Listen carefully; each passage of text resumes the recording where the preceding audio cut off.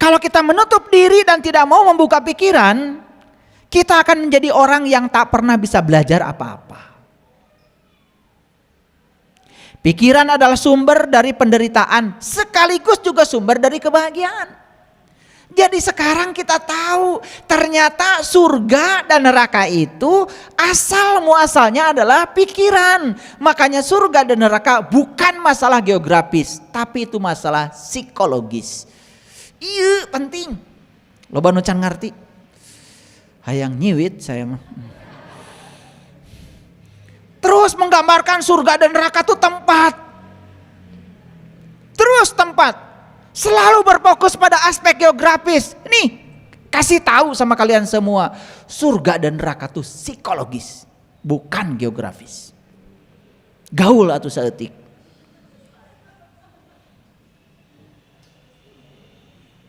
Paham ya? Jadi kalau surga dan neraka itu psikologis, psikologis itu hubungannya dengan mental, mental hubungannya dengan pikiran. Makanya saya berani mengatakan keburukan, penderitaan dan kebahagiaan dua-duanya produk pikiran. Sekarang masalahnya pikiranmu mau terus-menerus memproduksi penderitaan. Allah itu tidak pernah bikin neraka dan Allah juga tidak pernah bikin surga. Penderitaan dan kebahagiaan sudah dikasih alatnya oleh Allah, pikiran. Allah mah cuma ngasih alat, nih alatnya. Ini goloknya. Mau kau pakai menebas orang, risikonya begini. Mau pakai untuk ngambil kayu bakar, risikonya begini. Gitu saja. Allah tuh begitu, hanya katalisator. Paham? Oke. Sesungguhnya awal agama itu adalah makrifatullah, mengenal Allah. Kita dicipta oleh yang maha pengasih dan yang maha penyayang atas dasar cinta. Kita terlahir ke semesta ini karena ibu bapak kita berpelukan. Jelas pelukan itu dasarnya adalah cinta. Kita merasakan produk teknologi yang canggih di kehidupan kita saat ini, itu semua adalah produk-produk riset dari para ilmuwan, dan mereka itu tidak mungkin bisa menemukan temuan dengan ketekunan dan disiplinnya kalau tidak ada cinta. Jadi ada satu kekuatan positif di semesta ini yang menggerakkan seluruh energi di semesta ini agar masing-masing manusia berkontribusi memberikan manfaat pada manusia yang lain, dan itu hanya bisa dilakukan oleh mereka yang punya cinta. Saya bukan sedang berbicara cinta sebagai rasa perasaan, tapi cinta sebagai satu kekuatan positif yang menggerakkan semesta ini sehingga terjadilah dinamika yang luar biasa di semesta ini, dan kita kebagian berkah dari kekuatan positif itu. Sungguh sangat lucu dan aneh kalau di kehidupan ini manusia tidak menyadari bahwa segala hal yang hadir sebagai berkah dalam hidupnya atas nama cinta. Tidak ada sayur-sayuran kalau para petani tidak menanam, dan mereka menanam karena cinta. Apa di semesta ini yang hadir bukan karena cinta? Tidak ada matahari, tidak ada bumi, tidak ada bulan, tidak ada galaksi, tidak ada planet kalau tidak ada cinta. Jadi sudah selayaknya kita memiliki sebuah kesadaran bahwa kita hadir karena cinta, digerakkan oleh cinta, dan selayaknya dalam hidup ini kita selalu membagikan berkah cinta itu. Makanya di Quran surat Al-Fatihah kalimat Ar-Rahman Ar-Rahim itu diulang 2 kali. Pertama dalam kalimat awal Bismillahirrahmanirrahim. Itu di pendahuluan. Yang kedua, kalimat Ar-Rahman Ar-Rahim juga diulang lagi. Setelah Alhamdulillahi Rabbil Alamin, selanjutnya Ar-Rahman Ar-Rahim. Apa pesan cintanya?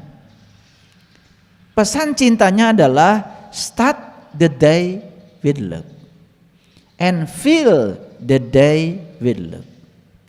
Awalilah segala sesuatu dengan cinta dan isilah segala sesuatu dengan cinta.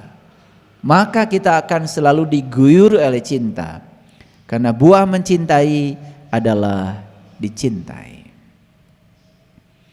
Jadi bersyukur sekali kalau kita sudah punya kesadaran bahwa hukum semesta itu adalah memberi. Beruntung sekali kalau kita sudah punya kesadaran bahwa semua yang di semesta ini diajarkan memberi. Matahari diajarkan memberi. Bahkan matahari tidak pernah merasakan sinarnya sendiri. Bulan diajarkan memberi. Semua sinar yang datang kepadanya dipantulkan untuk semua makhluk. Pohon diajarkan memberi, karena tidak ada pohon menghasilkan buah dan buahnya dimakan sendiri. Apa yang tidak diajarkan memberi? Sungai diajarkan memberi, karena tidak ada sungai memakan airnya sendiri.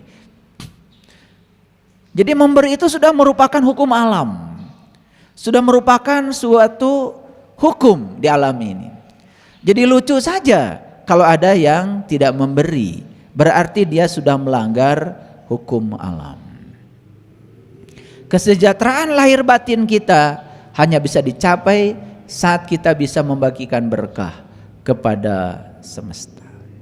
Oleh karena itu, kalau hari ini kita sudah mencapai kesadaran itu, kalau hari ini kita sudah memiliki kesadaran itu kesadaran yang sangat mahal, yang tidak mudah dicapai oleh banyak orang. Oleh karena itu mari kita rundukkan kepala kita puji Allah bersama-sama membaca hamdalah. Alhamdulillahi Rabbil Alamin. Mari kita sapa asma Allah dengan kelembutan dan cinta, seraya menyediakan diri untuk kehadiran berkahnya, untuk kehadiran cintanya, untuk kehadiran ilmunya, untuk kehadiran rahmatnya, dengan membaca basmalah. Bismillahirrahmanirrahim. Saat saya ditanya, saya mau cerita apa Selasa pagi ini, meluncurlah intuisi saya seperti yang saya tampilkan di layar. Saat tidak menyukai sesuatu, ubahlah pikiranmu. Saat tidak menyukai sesuatu, ubahlah pikiranmu. Jadi judul ini memberikan isyarat bahwa ketidaksukaan itu sebetulnya bukan di luar. Ketidaksukaan itu sumbernya di dalam diri kita sendiri. Jadi kalau begitu, bisakah kita mengubah sesuatu yang kita tidak sukai menjadi disukai? Mudah sekali. Dan cara merubahnya tidak usah keluar. Cara merubahnya adalah ke dalam. Karena kita sadar bahwa sesungguhnya ketidaksukaan itu berasal dari pikiran kita sendiri. Dan kita punya kuasa untuk mengendalikan pikiran kita. Kita punya kuasa untuk mengubah sudut pandang pikiran kita. Kita punya kuasa untuk mengubah mindset pikiran kita. Jadi ketika seseorang di semesta ini sudah mencapai kesadaran, ciri berkesadaran itu sudah tidak ada lagi di luar dirinya yang tidak dia suka. Itu sebabnya Saya ingin menyampaikan satu ayat dalam Al-Quran yang sangat saya kagumi, yaitu Quran surat Al-Baqarah surat kedua ayat 216. Diawali dengan pernyataan yang sangat luar biasa, kutiba alaikumul qital. Diwajibkan kepada kamu sekalian qital. Qital itu berperang. Apa yang kita lakukan selama ini ketika mendengar kata perang? Kata perang ini sering diterjemahkan keliru. Masa iya Allah yang Maha Pengasih, Allah yang Maha Penyayang menyuruh hamba-hambanya untuk berperang? Dan banyak sekali perang di semesta ini, perang saudara. Betul? Saya tidak usah menyebutnya. Kita bisa melihat contoh-contohnya. Konflik kebanyakan itu dengan saudara. Konflik kebanyakan tidak pernah dengan yang jauh, dengan yang terdekat. Pertanyaan saya, mungkinkah Allah yang Maha Pengasih, yang Maha Penyayang, sumbernya cinta, menyuruh kita untuk berperang? Dan perang yang dimaksud adalah perang seperti yang ada di kepala kita. Melakukan agresi, membunuh, menyerang sesuatu yang disebut berbeda oleh kita. Mungkin enggak? Kalau itu tidak mungkin, maka kita perlu waspada. Kalimat perang di sini itu perang apa sesungguhnya?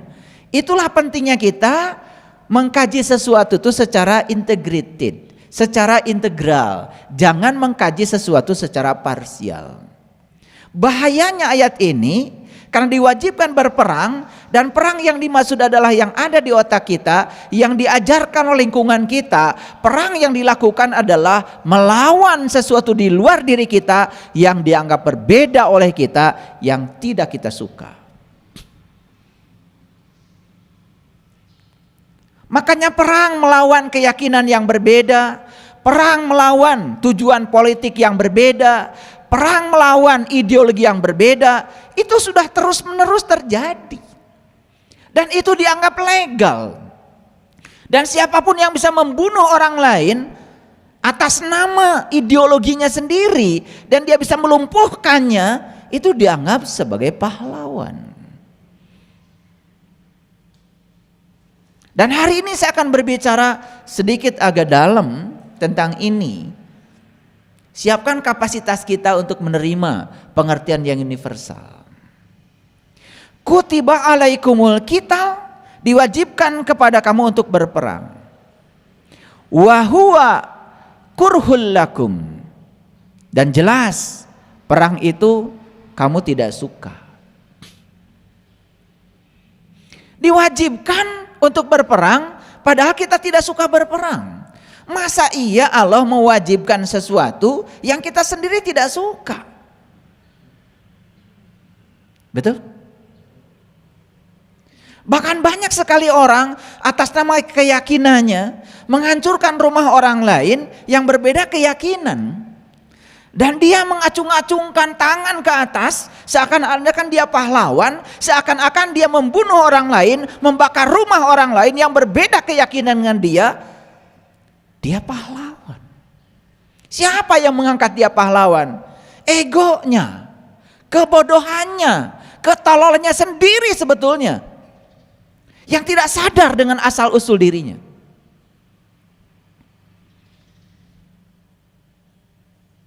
Kita membangun rumah ibadah untuk keyakinan kita, bebas dimanapun kita mau. Ketika ada orang lain yang berbeda keyakinan dengan kita, mau membangun rumah ibadah yang sama, dihalang-halangi, bahkan tidak boleh. Apa perang semacam itu? Ini salah kaprah. Lalu kita telah melanggar hak asasi manusia dan menutup kebebasan orang lain untuk menumpahkan kebebasan dirinya. Makanya itulah bahayanya ketika agama dilembagakan. Makanya para nabi, para rasul, para sunan, para wali, sebetulnya jujur mereka tuh tidak pernah mendirikan agama apapun.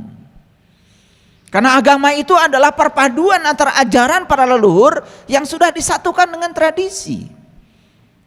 Disitulah proses pelembagaan. Jangan-jangan para nabi, para rasul itu cuma mengajarkan cinta aja kepada kita, yang kemudian oleh pengikutnya dilembagakan.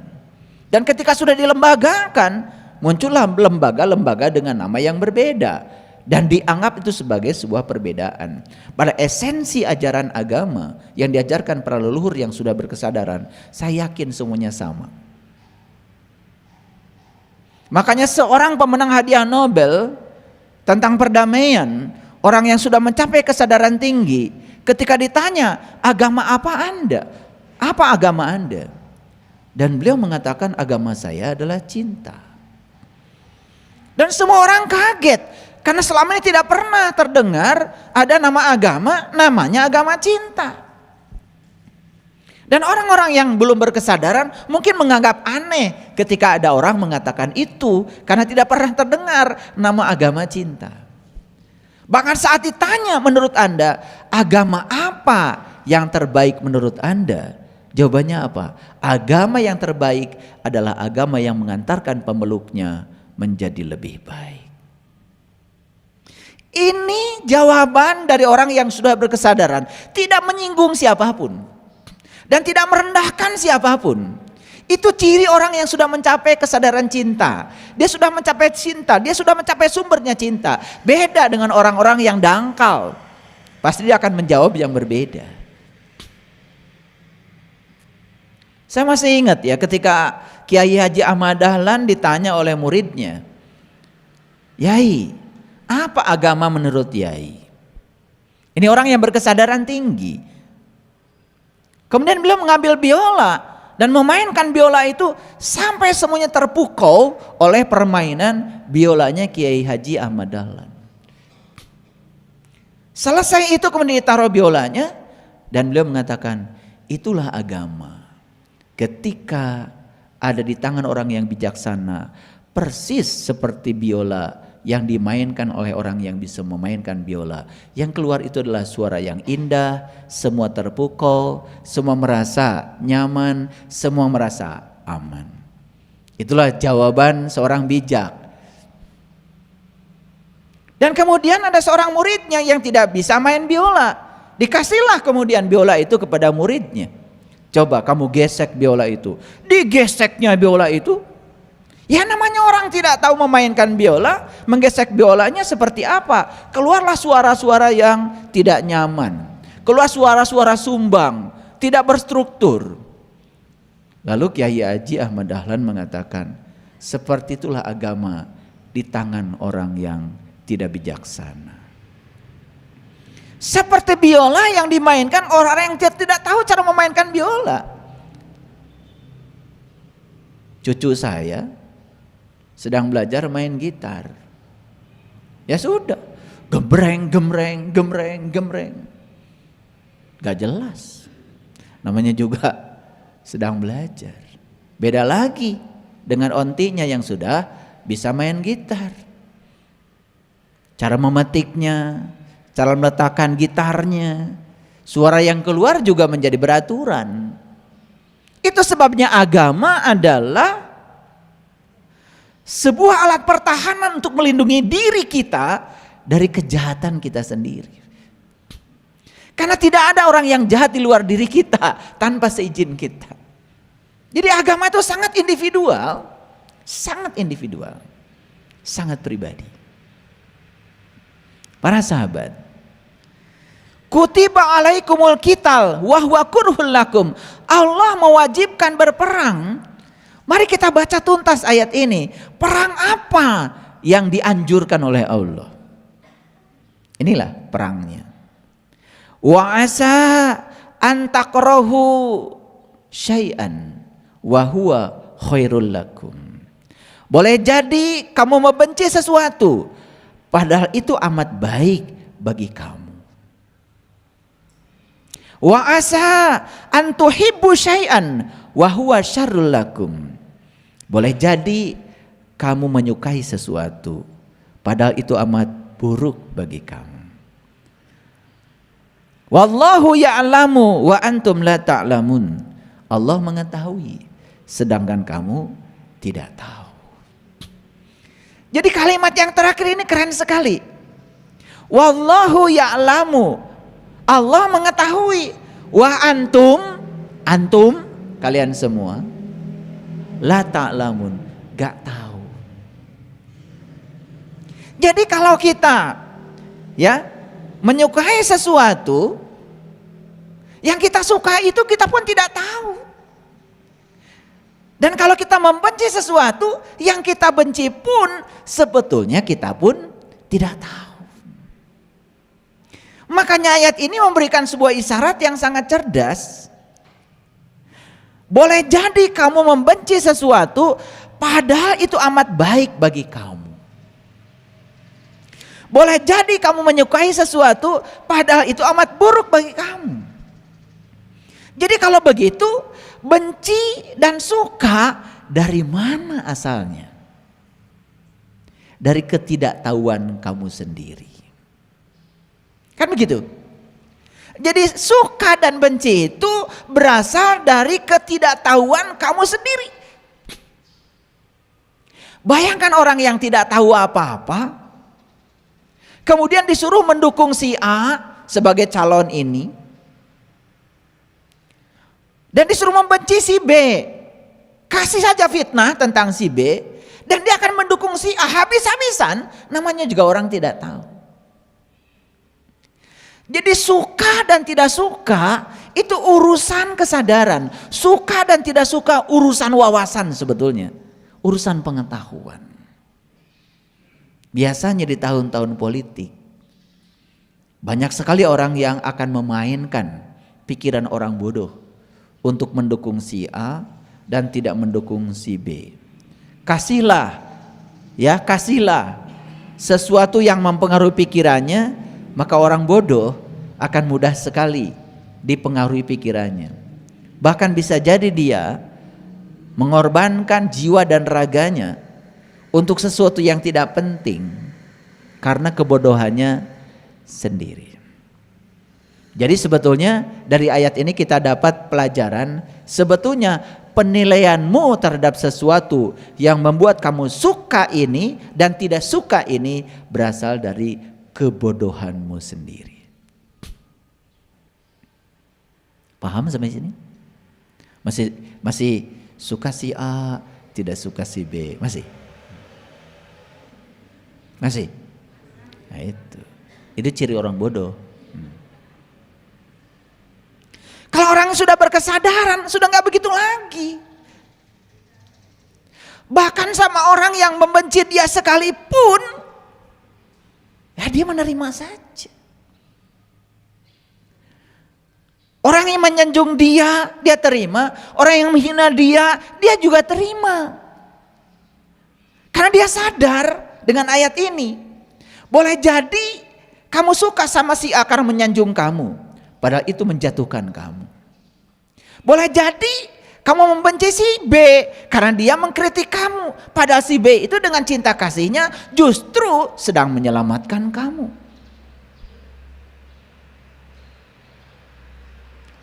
Paham?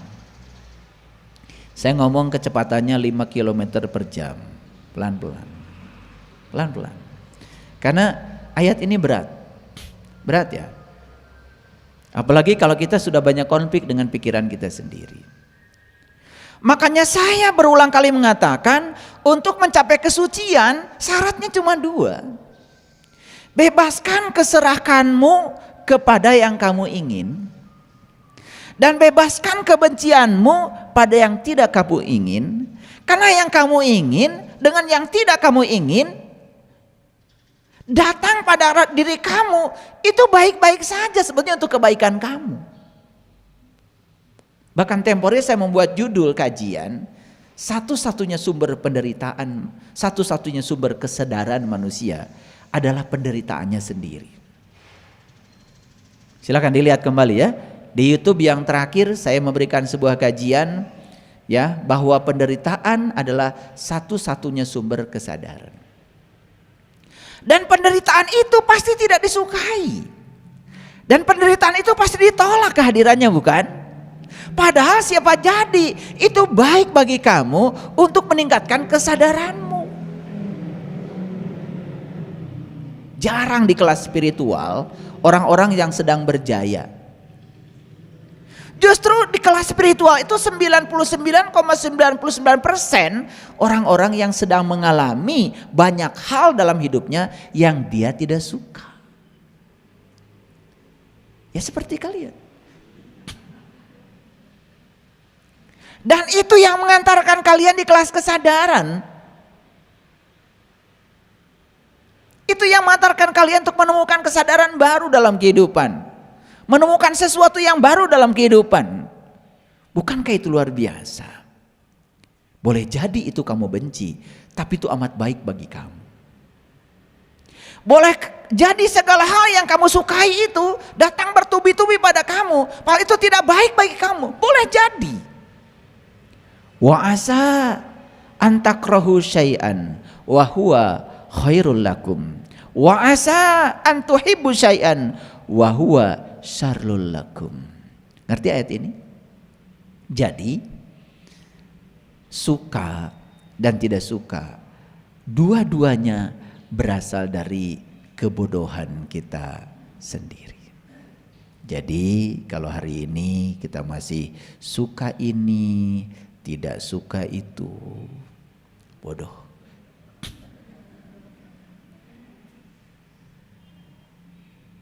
Makanya orang yang terus-menerus berada di situasi seperti itu, suka ini, tidak suka itu, ya, benci ini, sayang itu, gak akan pintar-pintar.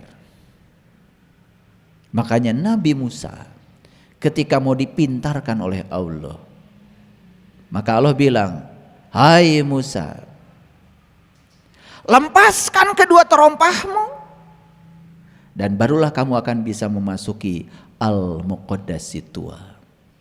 Itulah diceritakan di Quran surat Toha. Saat Musa diundang oleh Allah untuk memasuki Al-Muqaddas Tua, rumah Tuhan yang suci, untuk bertawajuh kepada Tuhan, untuk bermuwajahah kepada Tuhan, satu syaratnya dari Tuhan, lepaskan kedua terompahmu. Karena terompah itu kiri kanan, terompah itu suka dan tidak suka. Lebih lucu lagi, tangan kanan katanya tangan yang baik, tangan kiri katanya tangan setan. Padahal tangan kanan gatal, yang garuk kan tangan kiri. Berarti yang garuk setan dong. Karena ajarannya seperti itu, ada diskriminasi tangan. Seakan-akan tangan kanan ini mulia, tangan kiri tidak mulia. Gimana tuh kalau tangan kiri pundung?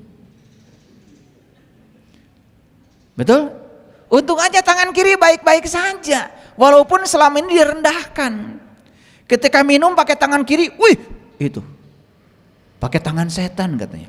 Lu kan tangan kita.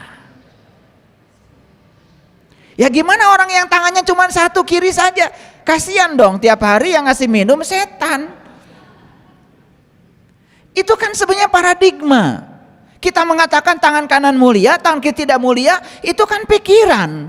Dan kita mengizinkan pikiran kita untuk mendiskreditkan tangan kita yang mulia dua-duanya. Yang satu dianggap suci, yang satu tidak. Sama seperti kalian, menganggap masjid itu suci, menganggap rumah tidak suci. Padahal apa? Masjid itu bukan suci, disucikan. Oleh siapa? Lah oleh kalian sendiri. Rumah tidak disucikan oleh siapa? Kan oleh kalian sendiri. Yang ini diberi nama rumah, yang ini diberi nama huruf Arab. Lah yang ngasih namakan kalian sendiri. Dan lucunya, kalau nama itu sudah ke Arab-Araban, dianggap suci. Lah siapa yang menyucikan masjid itu? Allah. Lo yang menyucikan kan kamu. Yang bikin batas suci di depan siapa? Allah. Lah yang nulisin batas suci kan kamu sendiri. Kata Allah, emang gue pikirin. Lucu ya. Tetapi kelucuan itu kan sudah jadi paradigma. Betul nggak? Iya. Di masjid tidak boleh berkata kotor. Di rumah boleh.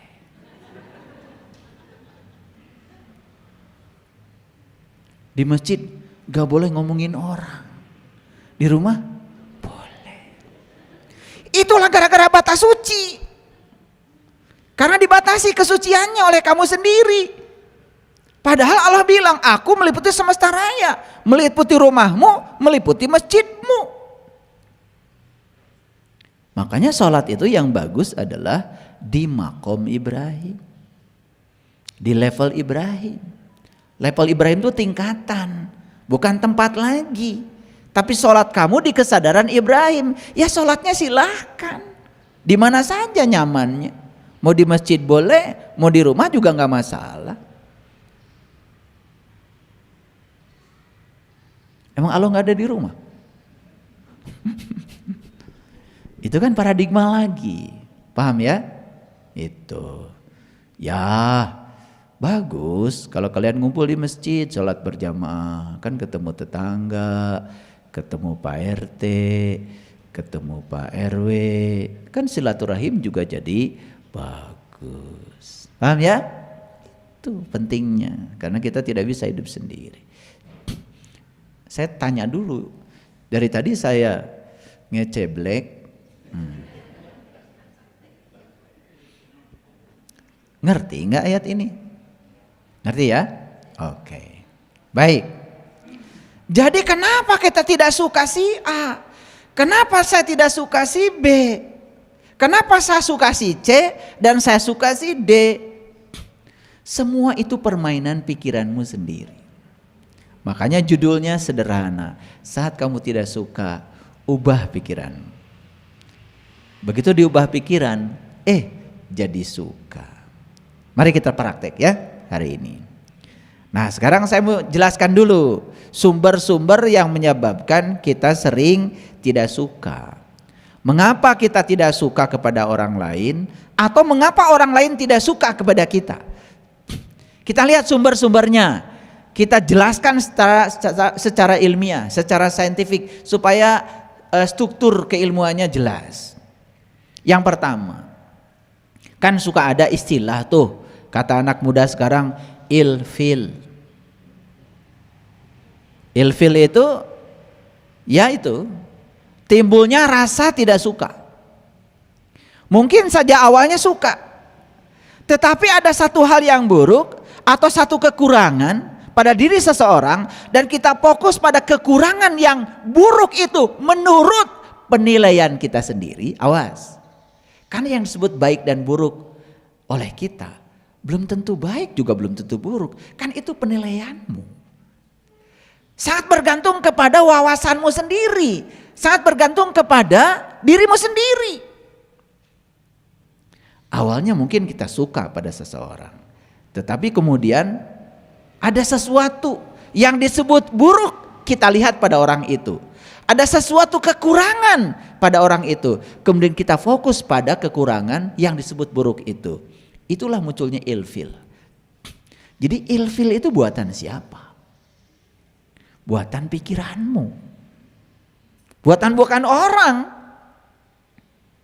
Nah, rasa tidak suka itu memudarkan rasa suka. Bahkan berikutnya, ketika terus kita berfokus pada kekurangan dan sesuatu yang disebut buruk itu, bukan sekedar pudarnya rasa suka, tetapi timbul rasa sebel. Bahkan ujungnya jadi benci. Ngerti ya? Saya kira yang gini ngerti karena semua sudah pengalaman. Kalau soal membenci orang kan biasa kan? Udah pengalaman. Dan saya kasih tahu lagi, kalau hari ini kita masih benci dan suka, itu tanda kita masih bodoh gitu. Maaf ya, ini kajian agak terus terang. Karena saya khawatir kalau saya tidak ngomong jelas, nanti persepsinya jadi keliru. Gitu. Jadi dari mana munculnya ilfil? Ilfil itu sebetulnya rasa yang ada pada diri kita, yang dibangun oleh pikiran kita sendiri saat kita berfokus pada kekurangan orang. Dan yang disebut dengan kekurangan pada orang, itu pun belum tentu kekurangan. Hanya penilaian kita sendiri. Karena orang tidak seperti yang saya pikirkan. Kan begitu. Ini penting nih saya bicara. Karena kadang-kadang ya, mohon maaf sekali, kita ini sering reaktif ketika mendapati pada orang sesuatu yang kita tidak suka. Pada yang tidak kita suka pada orang, belum tentu itu benar. Itu kan hanya penilaian kita sendiri. Paham sampai sini? Nah, selesai ini pesan saya cuma satu.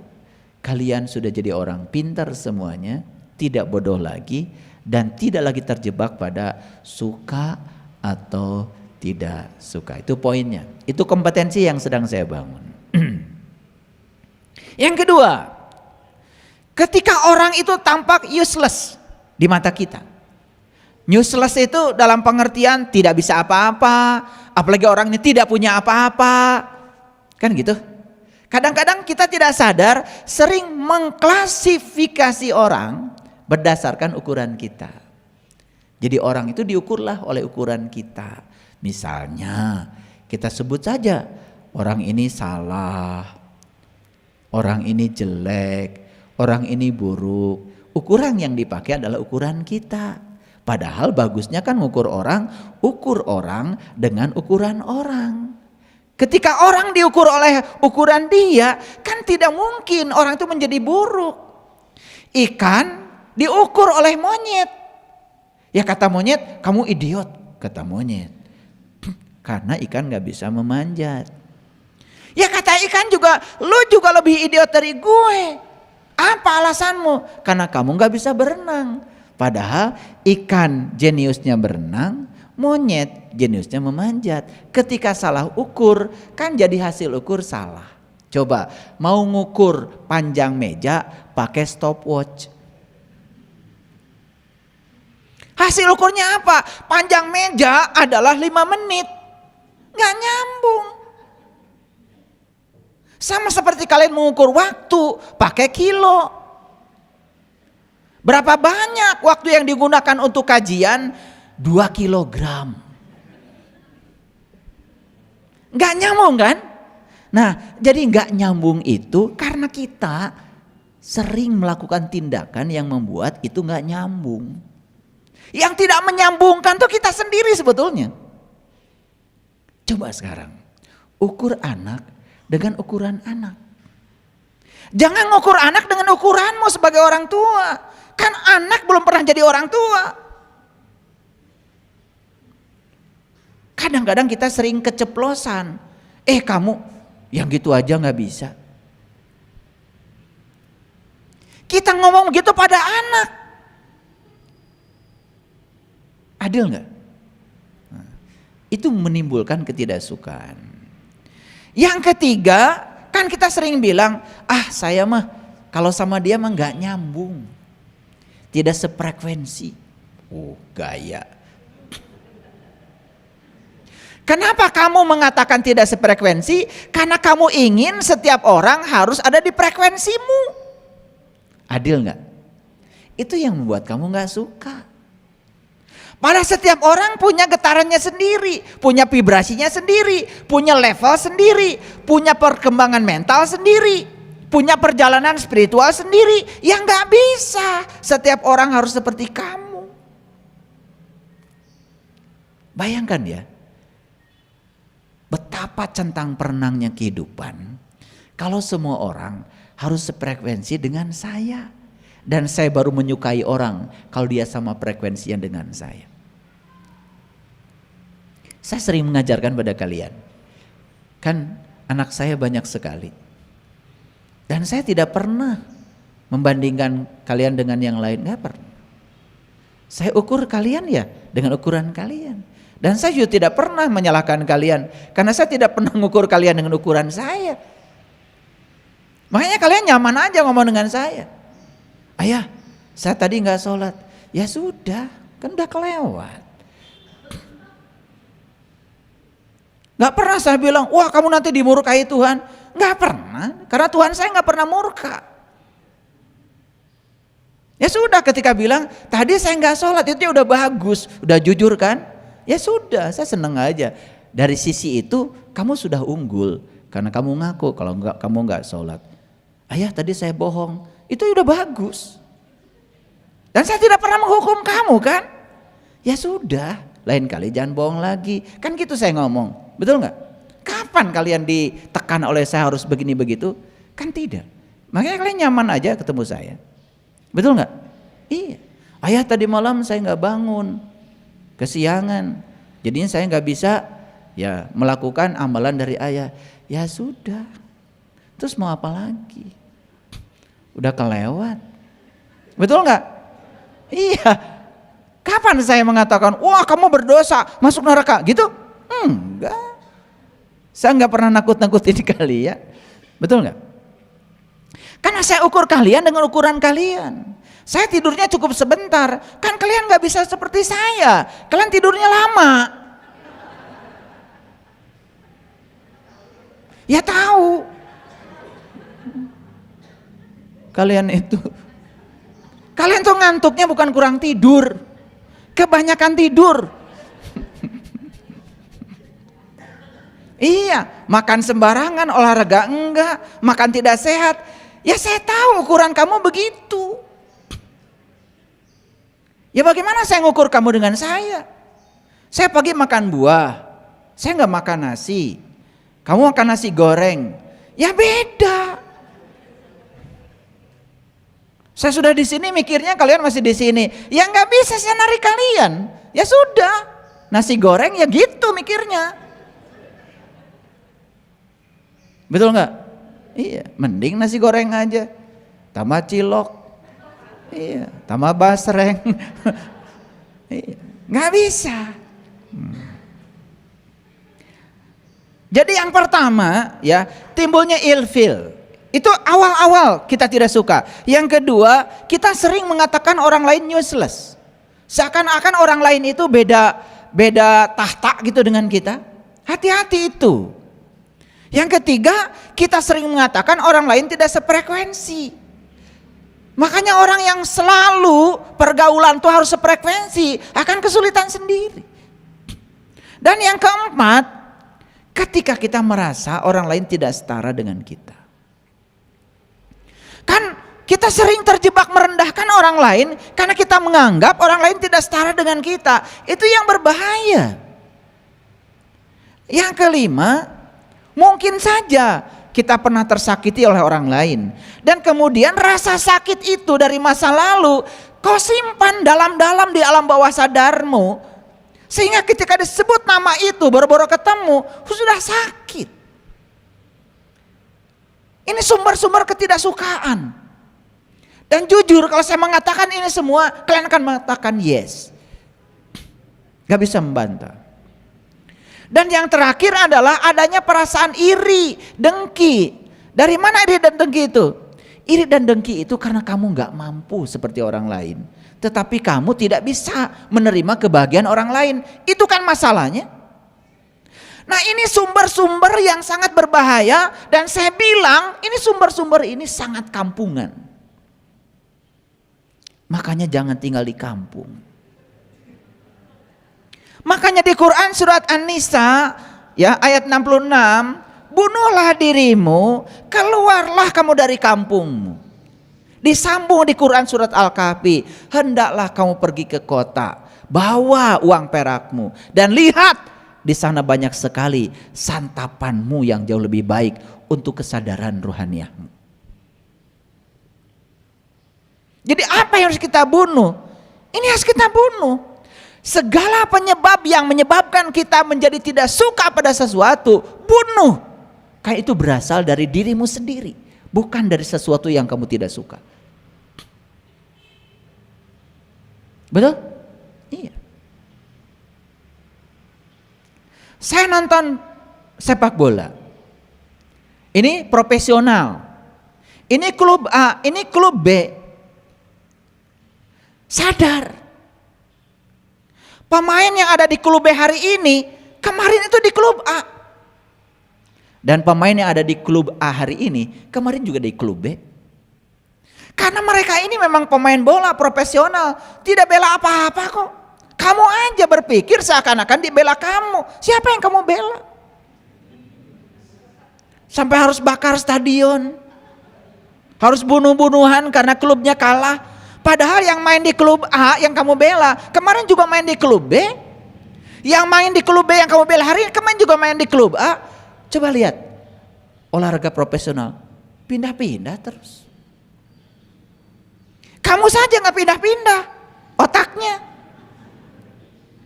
Betul nggak?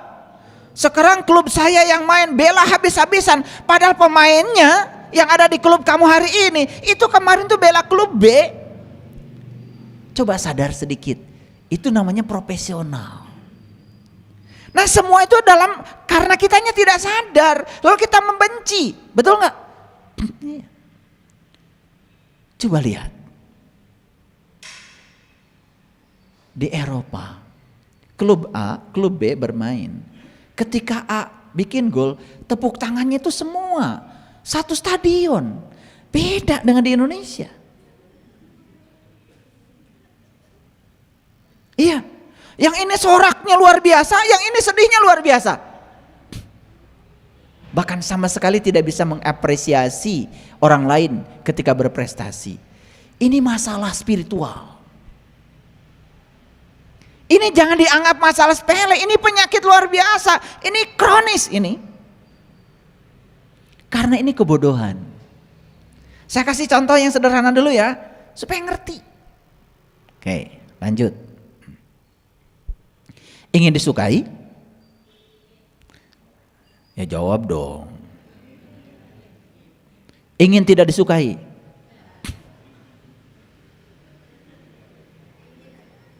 Makanya pertanyaan ini menjebak. Ingin disukai berarti tidak ingin tidak disukai. Bodoh juga. Tetapi upaya untuk disukai ya boleh. Tetapi jangan ingin semua orang suka sama kamu. Itu masalahnya. Karena tidak mungkin semua orang setuju sama kita. Sama, saya bikin YouTube, tidak semua orang setuju yang saya bicarakan. Ya nggak apa-apa. Dan saya tidak akan berubah ketika ada yang tidak setuju. Itu jadi kritikan buat saya, supaya saya lebih bijaksana ketika bicara. Saya pandang secara positif saja. Makanya saya terima yang setuju, saya terima juga yang tidak setuju. Makanya saya tenang-tenang saja. Ngerti maksud saya? Oke. Tapi kalau ingin disukai, tanpa kita memaksa orang lain harus suka. Nih, catat omongan saya. 1, belajar penuh perhatian pada orang. Ketika orang lain diperlakukan seperti kamu perlakukan diri kamu sendiri, saya kira semua akan lebur, semua akan cair. Sebetulnya orang lain tidak suka sama kita karena kita tidak bisa memperlakukan orang lain seperti kita memperlakukan diri kita sendiri. Kita ingin diperlakukan orang lain terhormat, tetapi kita tidak punya perasaan untuk memperlakukan orang lain terhormat. Ini soal perhatian. Yang 2, berikan pengaruh yang baik. Siapapun orang yang ngasih pengaruh yang baik pada seseorang, saya yakin akan dirindukan. Saya senang kalau ketemu Bunda A, Ayah B. Kenapa? Karena kalau ketemu beliau itu, saya tuh jadi semangat, bergairah. Saya bingung jadi tercerahkan, saya gelap jadi diterangi. Kan ada orang yang bawaannya kalau kita bingung malah tambah bingung ketemu dia. Betul gak? Iya. Ada orang yang bawaannya kita benci pada si A malah dikasih pupuk yang luar biasa semakin benci. Si A itu oh iya betul. Wah. Yang ketiga percaya diri. Nih saya kasih tahu ya. Kalau kita sudah percaya pada diri kita sendiri, maka alamiahnya orang lain percaya sama kita. Dan orang-orang yang dirinya sendiri saja sudah tidak dipercaya oleh dirinya, jangan berharap orang lain akan percaya sama kamu. Yang keempat, ramah. Apa susahnya sih? Ramah.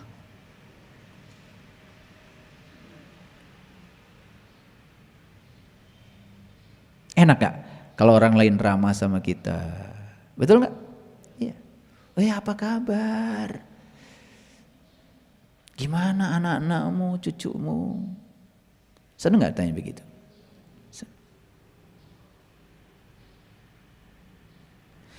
Yang kelima, tenang dalam bicara.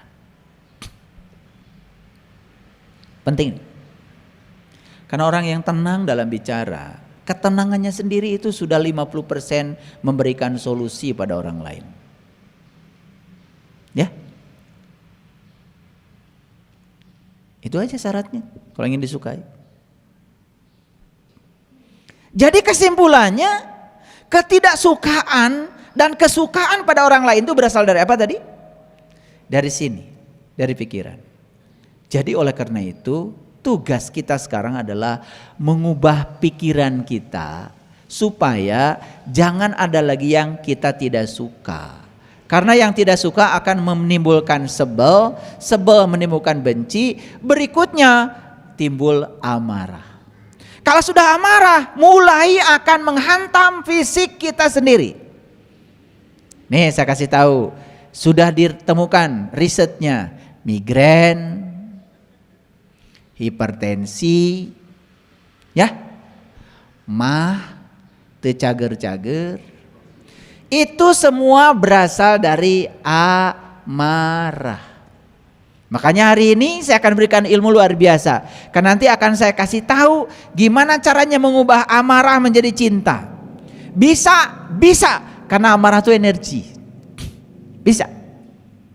Yuk, tahap demi tahap dulu. Mari kita lihat sekarang pikiran kita. Berulang kali saya sering mengatakan bahwa pikiran ini ibarat parasut. Parasut tahu?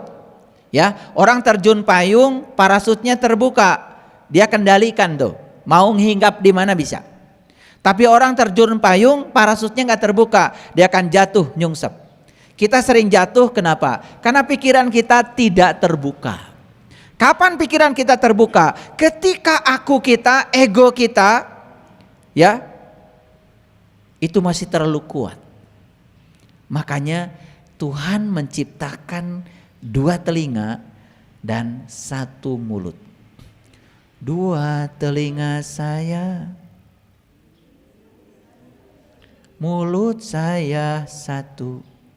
Itu lagu anak-anak tuh. Ya, sadar lagi tuh.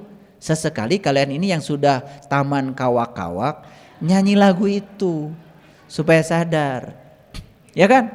2 mata saya, 2 telinga saya, 1 mulut saya. Itu menyadarkan. Kenapa harus disadarkan 2 telinga 1 mulut? Banyak melihat, banyak mendengar, tetapi jangan cepat-cepat bicara. Itu maksudnya kan, pesannya begitu. Paham? Nah, pikiran yang tertutup sangat berbahaya ketika dia bicara. Ketika mulut terbuka, pikiran tertutup sangat berbahaya. Yang keluar adalah persepsi, yang keluar adalah penilaian pribadi yang sepihak. Makanya Lao Tse mengatakan, siapa yang mendengar sepihak, dia sudah berada dalam kegelapan. Tapi siapa yang mendengar 2 pihak, maka dia akan dalam terang benderang. Hati-hati ya, mendengar sepihak itu kegelapan. Makanya saya kalau mendengar ini saya diam aja. Karena saya baru mendengar sepihak dan saya sadar itu kegelapan. Kalau saya itu respon dan saya memberikan kesimpulan, sangat berbahaya. Karena saya masih belum mendengar dari 2 pihak. Itu penting. Ini soal kebijaksanaan ya. Ya? Iya. Kalian harus dibentak sedikit. Ketika pikiran diam, seluruh alam semesta akan menyerah. Apa maksudnya? Pikiran diam itu seperti apa? Pikiran diam itu adalah pikiran yang terkendali. Siapa pengendali pikiran? Kesadaran. Makanya kita belajar kesadaran untuk mengendalikan pikiran. Manusia bisa mengubah hidupnya dengan mengubah cara berpikirnya. Setuju? Kan saya sudah bilang, nasib itu ditentukan oleh karakter. Karakter ditentukan oleh kebiasaan. Kebiasaan ditentukan oleh tindakan. Tindakan dilahirkan oleh kata-kata. Kata-kata dilahirkan oleh pikiran. Jadi sebetulnya nasib itu ujungnya, tapi awalnya pikiran. Makanya mengubah nasib adalah mengubah pikiran. Ini sudah saya jelaskan di kajian yang sebelumnya. Paham ya? Oke. Jangan tinggal di masa lalu. Jangan bermimpi tentang masa depan. Pusatkan pikiran saat ini. Ini yang disebut dengan mindfulness. Makanya saya mengajarkan olah nafas 4, 7, 9. Tarik napasnya hitungan 4. Tahan napas hitungan 7. Buang napas hitungan 9. Sehingga ada saldo. Narik napasnya 4, buang napasnya 7. Sehingga yang masuk dengan yang keluar tidak sama. Sehingga respon kita terhadap sesuatu selalu tenang. Itu pentingnya mindfulness. Itu jangan dianggap remeh. Ya, tarik napas yang dalam. Hitungan 4.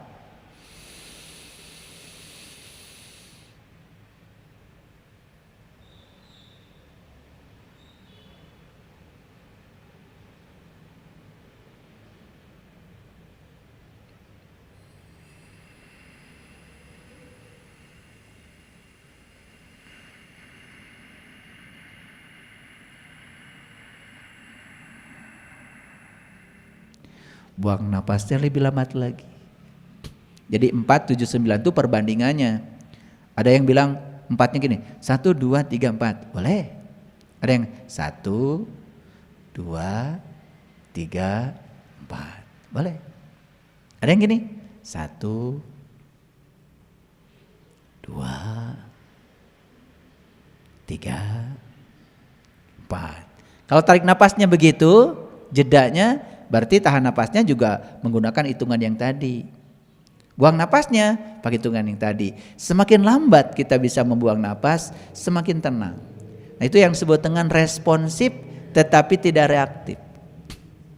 Kan bahaya ya, ketika orang yang reaktif itu belum selesai orang lain bicara, dia sudah memanggil kesimpulan. Sudah marah-marah lagi. Wah. Itu, ya. Makanya yang seperti itu pasti migrain, hipertensi, ya toh? Pasti itu sudah jelas. Ya berikutnya tuh diabetes itu udah turunannya.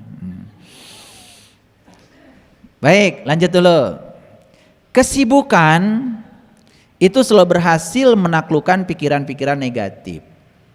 Nah, itu sebabnya latihan untuk mempositifkan pikiran, sibuk aja.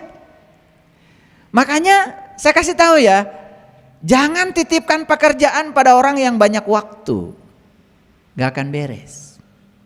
Titipkan pekerjaan pada orang sibuk. Ternyata riset membuktikan semua orang sibuk dikasih pekerjaan apapun selesai. Dan orang yang banyak waktu dikasih pekerjaan apapun mual beres. Karena suka menunda. Dan orang yang menunda itu orang yang sombong. Di Quran surat Al-Kahfi Allah mengatakan, janganlah kau mengatakan besok masih ada waktu. Karena semua penderitaan berasal dari menunda.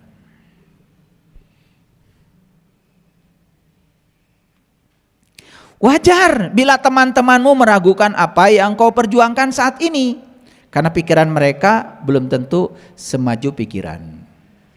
Disinilah pentingnya. Jangan terpengaruh oleh pikiran orang. Disinilah pentingnya kita menjadi diri sendiri. Itu namanya percaya diri. Jangan setiap orang berbicara direspon. Nah, ketika pikiran kita menjadi tawanan pikiran orang lain, selama itu kita akan gagal menjadi diri kita sendiri. Itu penting.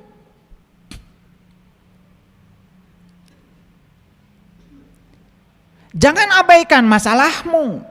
Abaikan pikiran-pikiran negatifmu tentang masalahmu. Jadi sebetulnya yang suka memperdalam masalah kita, sebetulnya pikiran negatif tentang masalah kan sebetulnya, bukan masalah itu sendiri. Mungkin masalahnya awalnya sederhana, karena dikasih bumbu-bumbu oleh pikiran negatif tentang masalah kita, itu yang membuat masalahmu menjadi kelihatan seperti besar. Jadi semua ini adalah permainan pikiran. Saya orang yang sederhana, tetapi dengan pikiran yang rumit. Setuju? Kok diam? Atau orang yang rumit dengan pikiran yang sederhana? Nah sebetulnya kita ini datang ke semesta ini, pikiran kita tuh awalnya sederhana. Dengan proses kehidupan ada paradigma yang diinputkan ke dalam pikiran kita, secara tidak langsung maka kita tuh menjadi tawanan dari lingkungan ini. Apa yang terjadi? Pikiran kita jadi ruwet. Makanya betul kalau kata-kata di dalam kitab suci, kamu tidak akan pernah masuk surga kecuali kamu sudah menjadi anak kecil kembali. Nah maksudnya adalah kita menjadi pikiran seperti anak-anak. Coba tanya anak-anak ya, cucu saya yang usianya 4 tahun, cucu saya yang usia 8 tahun. Tanya ya, kalau dia lagi main asik, tanya ya tentang hari esok. Akan jawab. Dia fokus aja bermain hari itu. Betul? Itu. Nah kita itu lagi rekreasi pun mikiran isu. Betul gak? Iya. Lagi makan enak pun mikiran isu. Makanya kembali jadi anak kecil. Begitu jadi anak kecil langsung surga kita miliki. Di sini saat ini sekarang. Siapa yang hari ini menjadi anak kecil kembali? Surga. Anak kecil lagi main berantem, nangis-nangisan sih, tapi sejam kemudian main lagi, gak kayak kalian, seumur-umur gak main lagi. Jadi pengen masuk surga gimana wajah-wajah kayak gini?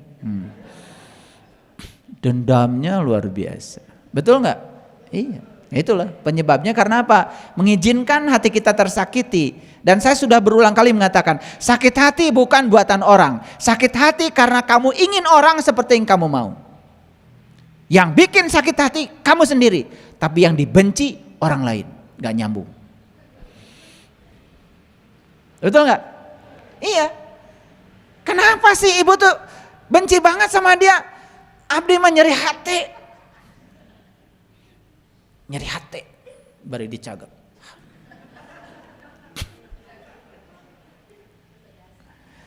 Begitu sadar nyeri hati teh buatan dirina sorangan, baru sadar.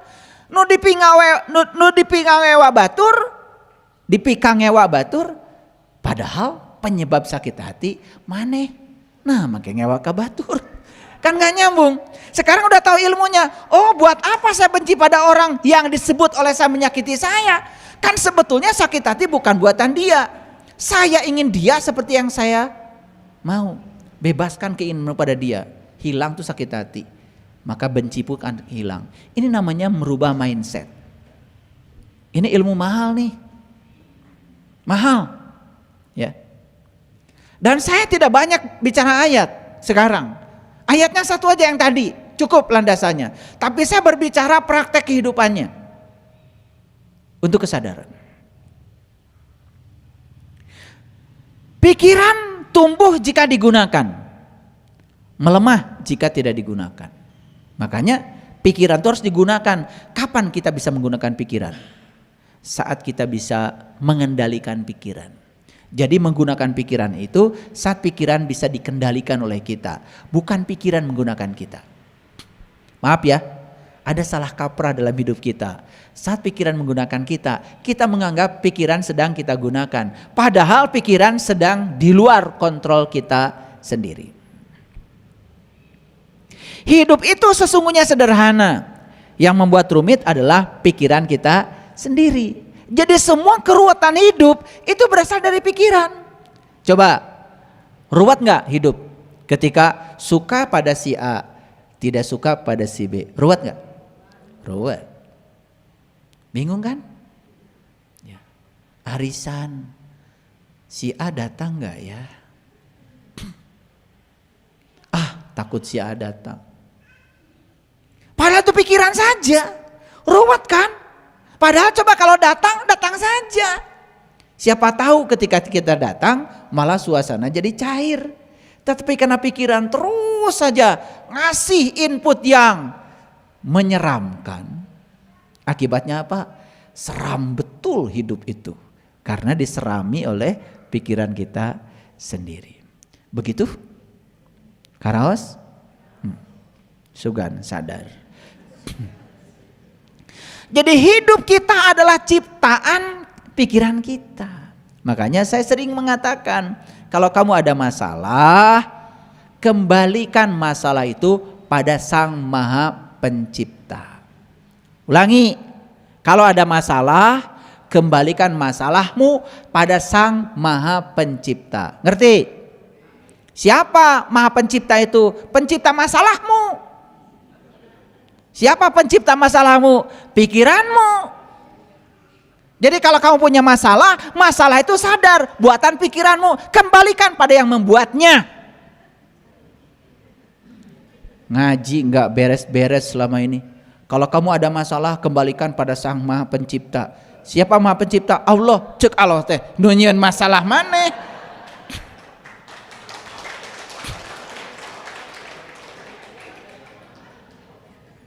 Karunya tu Allah teh ketempuhan wae. Alif Lam Mim. Kita nggak tahu karena kebodohan kita langsung bilang hanya Allah yang tahu. Kasihan Allah. Makanya kita ini dikit-dikit Allah, dikit-dikit Allah. Karunya tu Allah teh. Kalau kamu punya masalah, kembalikan pada Sang Maha Pencipta. Pencipta apa? Pencipta masalahmu. Siapa pencipta masalah? Kan pikiranmu. Balikin deui ka pikiran. Sok telusuri, dari mana ini masalah? Apa masalahmu? Sakit hati? Telusuri. Sakit hati itu buatan saya. Karena saya ingin orang lain seperti yang saya mau. Ketika dia tidak seperti yang saya mau, saya sakit hati. Geningan sakit hati buatan orang. Sekarang mah saya akan nerima orang lain apa adanya. Saya tidak punya keinginan pada orang lain. Saya punya keinginan pada diri saya saja. Selesai? Ini ngaji kecerdasan. Karena kalian itu selama ini setiap masalah serahkan ke Allah. Setiap masalah serahkan ke Allah. Karunya tuh Allah teh jadi sampah masalah. Makanya masalah kita nggak beres-beres. Karena setiap ada masalah diserahkan kepada pihak lain. Lain diurus ku sorangan. Kartos. Sugan tuh dibolekerkeun kieu mah. Ngalarti. Maka kita harus menang dalam pikiran sebelum menang dalam kehidupan. Saya yakin ya, setiap orang yang memenangkan kehidupan adalah orang yang sudah berhasil memenangkan pikirannya. Dan semua orang yang dikendalikan oleh pikirannya selalu kalah dalam kehidupan. Jadi kalau kita tidak bisa menikmati berkah kehidupan, satu penyebabnya karena Anda belum bisa mengendalikan pikiran Anda sendiri. Apa yang sulit? Yang sulit biasanya adalah pikiran kita sendiri, bukan? Betul nggak? Mau ngaji ke sini kan tidak sulit. Yang dari Malaysia saja bisa datang. Kenapa? Ini dari Malaysia bisa datang kenapa? Karena tidak berpikir sulit. Padahal ya Pak Awang itu dari Kelantan. Kelantan ke Kuala Lumpur berapa jam? 7 jam. Naik apa? Bus. Dari Kuala Lumpur terbang ke Jakarta. Berapa jam? 2 jam. Dari Jakarta naik travel ke Bandung. 6 jam. Kalau itu semua dipikirkan, sulit. Dan gak nyampe di sini. Tapi dijalani aja, naik bis, happy, tidak ada yang ditunggu, tidak pengen cepat sampai. Semua perjalanan dinikmati, episodenya nyampe di sini penuh dengan sukacita. Kan keren. Apa yang sulit dalam hidup? Yang sulit adalah pikiran kita sendiri. Kalau begitu, adakah kesulitan dalam hidup? Gak ada. Jadi kalau begitu, semua orang yang sering mengatakan, itu sulit, berarti dia belum beres pikirannya.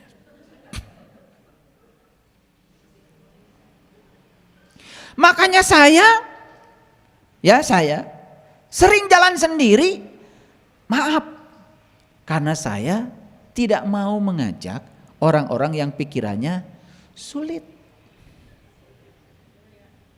Ya saya jalan aja. Karena orang yang berpikiran sulit, selamanya sulit. Dan kalau saya bersama dia, saya jadi keracunan sulit.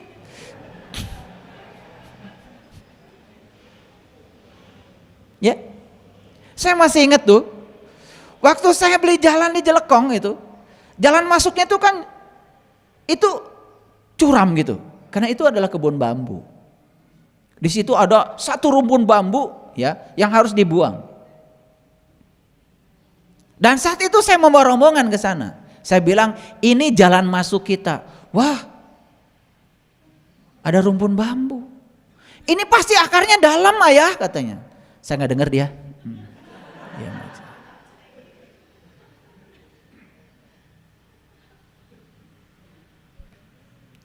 kemarin saya bawa ke sana. Enak ya ayah, nggak curam lagi. Tuh. Jadi landai gini, mobil udah bisa ya ayah, tuh. Ya kan? Coba kalau saya ngikutin pikiran dia, keracunan saya. Karena di otak saya nggak ada yang sulit, nggak ada.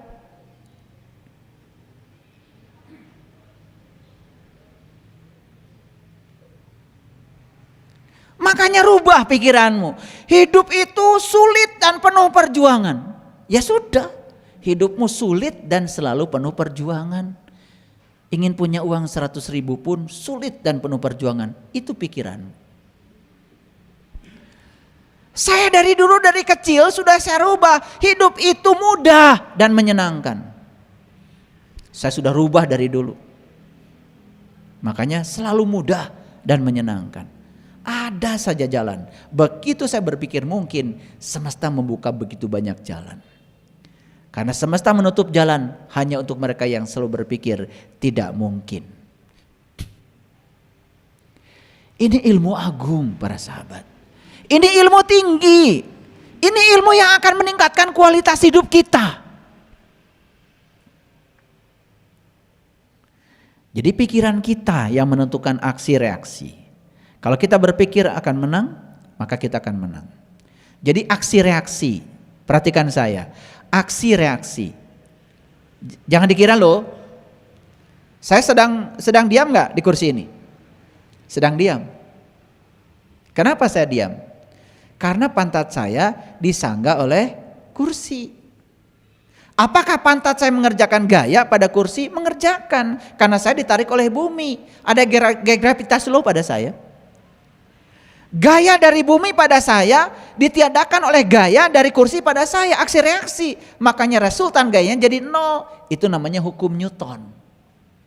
Pusing-pusing gak apa-apa.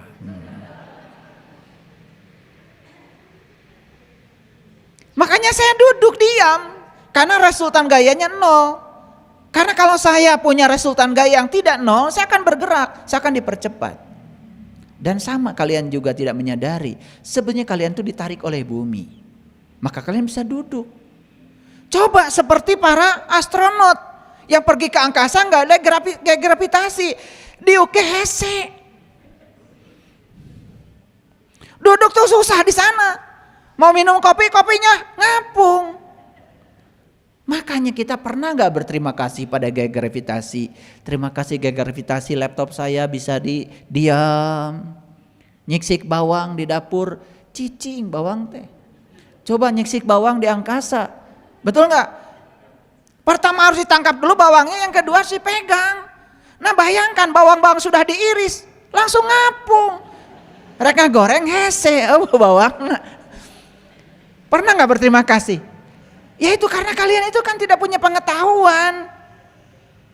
Ngerti maksud saya? Nah ini ada aksi reaksi loh dalam diri saya. Aksi reaksi menyebabkan resultannya jadi 0. Makanya orang yang 0 terus, karena dia itu aksi reaksi. Begitu berpikir menang, dia akan menang. Dia berpikir kalah, dia akan kalah. Nah yang sering lucu itu sudah berpikir menang, tapi ragu-ragu menang, jadi kalah.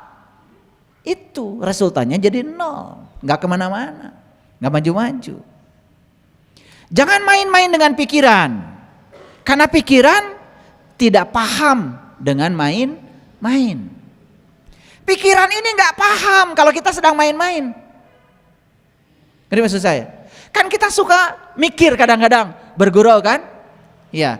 Atau kita mengucapkan kata-kata yang meluncur saja, bergurau. Nah kita menganggap pikiran itu paham kalau kita sedang main-main. Pikiran gak paham kalau kita sedang main-main. Semua dianggap beneran oleh pikiran. Boleh bergurau? Boleh, tapi hati-hati. Jangan bergurau kemudian menggunakan pikiran, dan pikiran diberi energi oleh kita. Maka walaupun itu gurauan mungkin bisa menjadi kenyataan. Misalnya kita bergurau, ya kamu jatuh nanti. Bergurau, gimana kalau jatuh beneran? Karena pikiran tidak tahu main-main itu. Kamu main-main, tapi pikiran tidak tahu kalau itu main-main. Maka jangan main-main dengan pikiran. Kebahagiaan manusia tergantung pikirannya, bukan kondisinya. Jadi saya kasih tahu, kebahagiaan bukan soal ada uang tidak ada uang. Bukan soal ada teman tidak ada teman. Kondisi itu sebetulnya tidak berkontribusi apa-apa terhadap kebahagiaanmu. Yang berkontribusi paling besar terhadap kebahagiaanmu adalah pikiran. Jadi buat apa kita bahagia nunggu teman datang? Mau bahagia, bahagia saja. Karena kalau kau bahagia, pasti teman akan datang. Percaya sama saya. Like attracts like. Karena saat kita bahagia, kebahagiaan kita tuh mengundang teman. Walaupun kita tidak bilang kita sedang bahagia, teman akan tergetarkan oleh kebahagiaan kita dan pasti dia datang. Makanya kalian bisnis, kalian jualan. Tetapi kalian di sininya ruwet. Jualan apapun yang datang adalah keruwetan. Tapi kalau sudah bahagia, bahagia saja. Masih ada yang bertanya sama saya, kapan saya bahagianya? Ya Allah. Masih nanya sama saya kapan saya bahagianya? Saya bingung jawabnya. Dengar tiwai. Jadi bahagia yang dia maksud itu adalah senang saat dia mendapatkan yang dia ingin. Itu kesenangan, bukan kebahagiaan. Bahagia itu tidak bergantung pada dapat atau tidak dapat. Itu keputusanmu, itu pikiranmu di dalam dirimu sendiri. Jadi hari ini kuliah saya ini kuliah motivasi. Penting, harusnya bayar.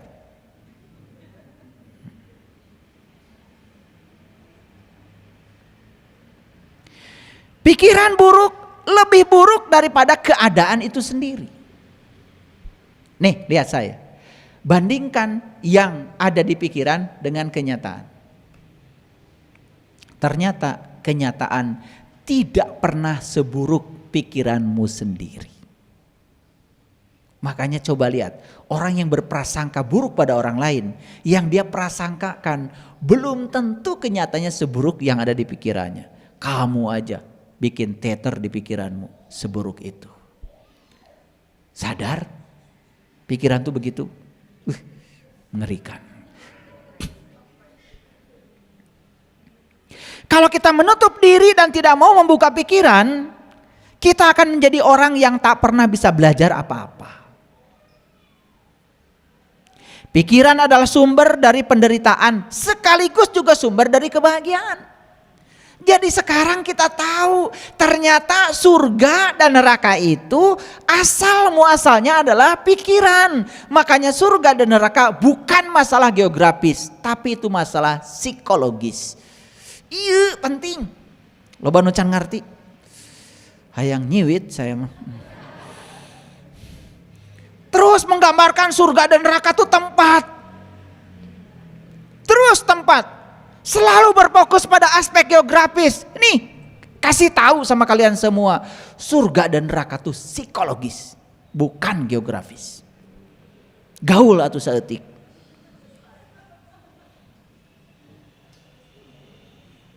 Paham ya? Jadi kalau surga dan neraka itu psikologis, psikologis itu hubungannya dengan mental, mental hubungannya dengan pikiran. Makanya saya berani mengatakan keburukan, penderitaan dan kebahagiaan dua-duanya produk pikiran. Sekarang masalahnya pikiranmu mau terus-menerus memproduksi penderitaan. Allah itu tidak pernah bikin neraka dan Allah juga tidak pernah bikin surga. Penderitaan dan kebahagiaan sudah dikasih alatnya oleh Allah, pikiran. Allah mah cuma ngasih alat, nih alatnya. Ini goloknya. Mau kau pakai menebas orang, risikonya begini. Mau pakai untuk ngambil kayu bakar, risikonya begini. Gitu saja. Allah tuh begitu, hanya katalisator. Paham? Oke. Jadi kebahagiaan dan penderitaan di mana? Masih ada yang menderita sekarang? Enggak.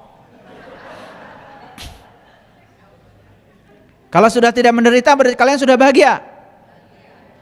Bahagia. Menderita enggak? Enggak. Bahagia. Bahagia. Enggak percaya saya. Harusnya ya bahagia. Ya kelihatan sebetulnya, nggak usah dijawab. Karena di sini saya lihat yang masih menderita dengan yang sudah bahagia kelihatan. Jadi masalahmu adalah pikiran. Tidak ada pekerjaan yang berat. Berat atau ringan hanya ada dalam pikiran.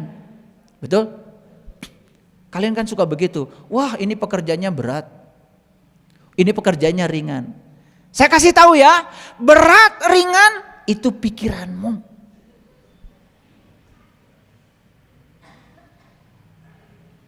Berhentilah mencemaskan sesuatu berlebihan.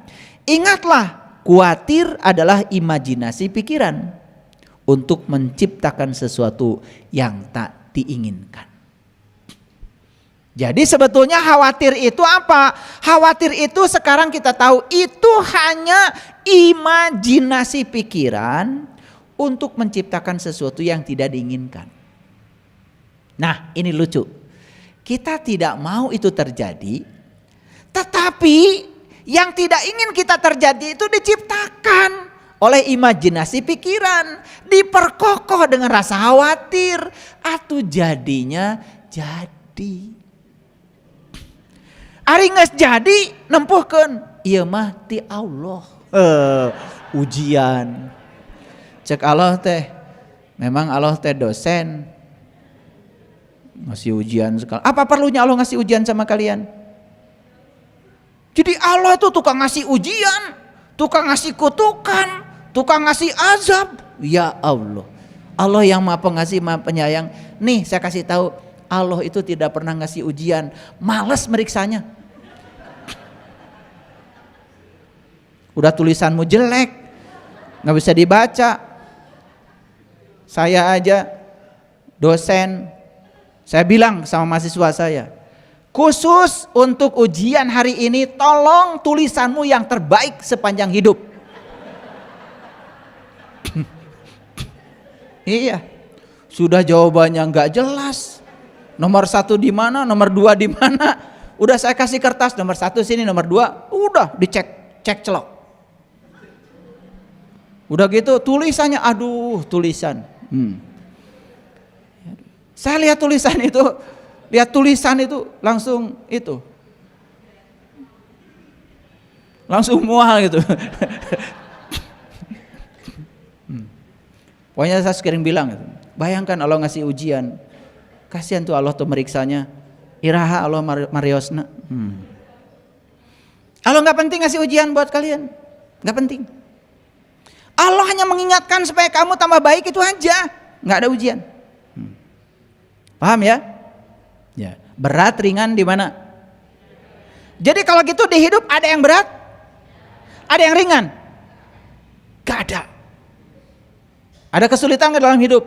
Gak ada. Udah tahu sekarang alamatnya semuanya di pikiran. Sulit di pikiran, berat ringan di pikiran. Sudah saya kasih tahu alamatnya sekarang.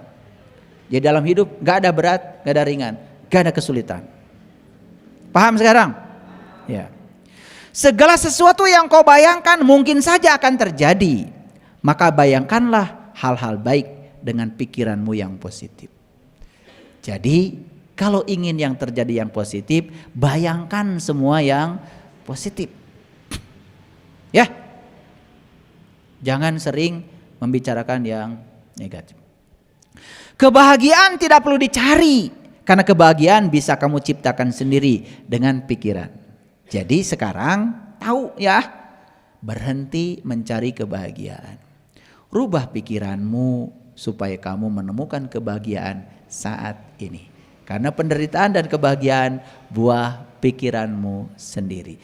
Jadi kebahagiaan tidak mengenal banyak uang atau tidak banyak uang. Jadi rakyat atau jadi pejabat. Tidak. Itu hanya kesenangan. Bahagia tidak bergantung mendapat atau tidak mendapat. Bahagia adalah keputusanmu sendiri dalam pikiranmu sendiri. Rasa takut dan khawatirmu itu tidak nyata. Paham? Paham? Tidak nyata itu. Itu imajinasi tadi. Itu hanyalah imajinasi yang menakutkan dalam pikiran yang kamu buat sendiri. Jadi siapa yang suka menakut-nakuti kamu? Siapa? Siapa yang suka menakut-nakuti diri kita? Pikiran siapa? Pikiran kamu, bukan pikiran saya. Ya, jadi sekarang tahu yang suka nakut-nakutin saya ternyata saya sendiri. Tah eta setan teh. Ya, tes penak ayeuna masalah setan. Nah eta. Sok nyingsieunan setan mah. Betul? Iya, eta. Pakai kerudung. Pakai peci. Pakai jam tangan. Beunghar setan teh segala gaduh. Ya, di lipstick. Sok dandan setan oke. Sarua juga jelema. Sok mandi. Iya setan. Sok hambur-hambur cai sarua. Jadi pikiranlah yang membentuk emosimu. Emosi mempengaruhi keputusanmu. Lalu keputusan menentukan hidupmu. Itu jalurnya. Pikiran membentuk emosi, emosi membentuk keputusan, keputusan menentukan hidupmu. Jadi tetap saja sumber awalnya adalah pikiranmu.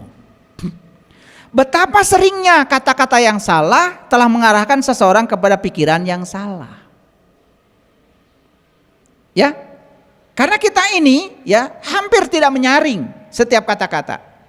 Sampai hari ini saya perhatikan orang pidato pasti kalau doakan orang lain pakai mudah-mudahan. Karena kita ini pengikut, follower. Padahal mudah-mudahan tuh mudahan diulang 2 kali kan jadi bohong. Ya sama aja dengan mobil-mobilan. Saya nggak tahu itu siapa orang pertama kali yang menciptakan mudah-mudahan. Pengen ketemu saya sama orang. Makanya kalau kalian doakan anak-anak, semoga masih sering dengar saya tuh murid saya ngomong mudah-mudahan, pengen nyubit. Pikiran itu sangat berharga. Pikiran memiliki kekuatan untuk membuka kemungkinan yang tanpa batas. Jadi kenapa kita selama ini hidupnya terbatas? Siapa yang membatasi itu? Pikiran.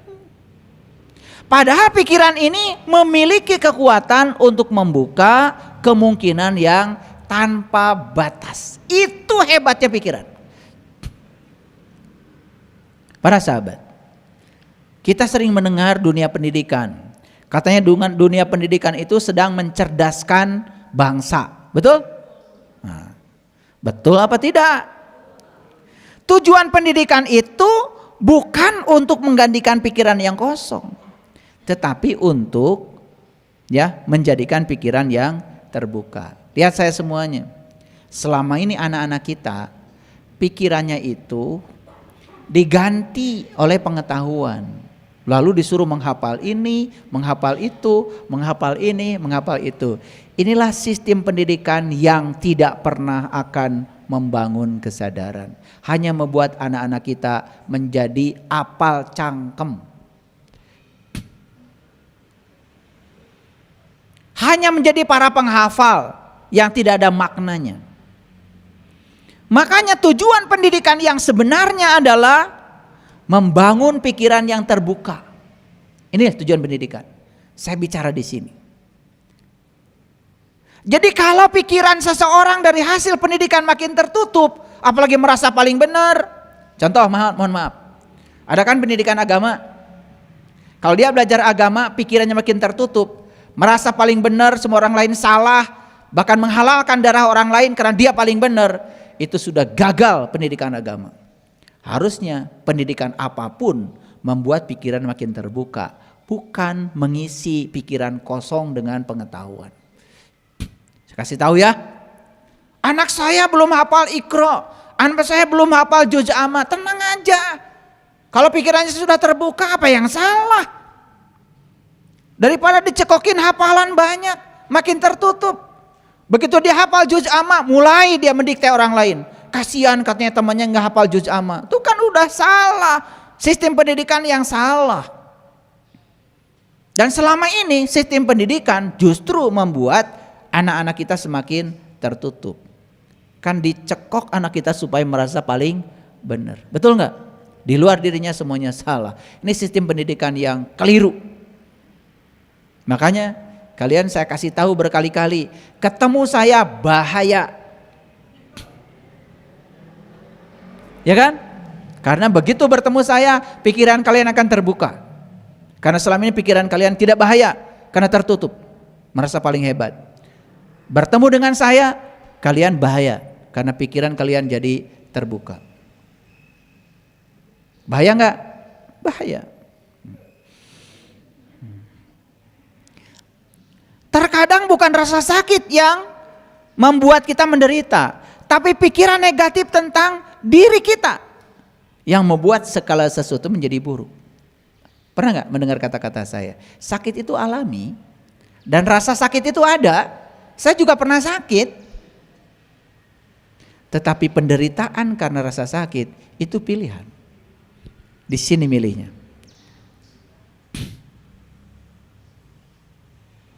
Ya. Saya kalau ngikutin kata-kata medis, Bapak nggak boleh terlalu capek, karena Bapak ginjalnya cuma satu. Saya masukkan di pikiran saya mau ceramah, nggak boleh capek. Saya menerima tamu, maaf ya, saya nggak boleh capek. Mau milad, online saja miladnya, karena saya nggak boleh capek.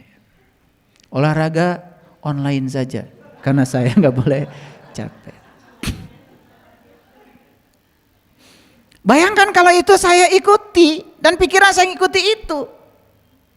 Saya tidak pernah mengatakan saya ginjalnya satu. Setiap habis meditasi saya sapa kiri kanan ginjal saya. Terima kasih kedua ginjalku. Makanya naik gunung yang ginjal 2 dengan yang ginjal 1 menangan saya. Kalian kemarin diajak ke Curug Nangka aja, pada gempor, jalannya lama, ya kan? Iya. Kadang cepat jalannya, kadang lambat. Jalan itu konsisten aja. Satu langkah, tapi konsisten. Dan percayakan bahwa kaki kita mampu. Percayakanlah pikiran kita, kaki kita bisa. Ternyata nggak ada apa-apa kok. Paham? Gitu. Jadi inilah kekuatan pikiran. Ya, perhatikan. Antara perasaan dan pikiran harus seimbang. Terlalu banyak menggunakan logika, hati kita juga jadi mati rasa. Makanya saya dalam baca data karma sering menyampaikan pesan.